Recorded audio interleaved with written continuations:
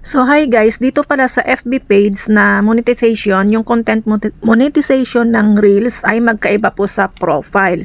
So kailangan pala dito sa FB page, kailangan mong i-turn on every video, every Reels na may upload mo. So yan ipapakita ko sa inyo. Kaya naman pala kahit na may views naman kahit isang dan, dapat meron pong 0.01 or 0.02 na earnings. Pero minsan talaga zero siya. Kasi naka-turn on po, naka-disable po pala yung content monetization niya. So yan guys, papakita ko sa inyo paano gawin. So ayan, sa Reels ninyo, pag-upload ninyo, tignan po nyo yung See Insight Ads. Tapos hanapin nyo yung settings. Pindutin nyo yan. Tapos ayan, makikita nyo naka-disabled po siya. So i-turn on po natin yan.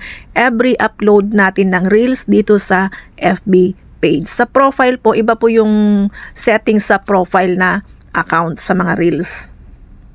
So ayan guys, sana nakatulong.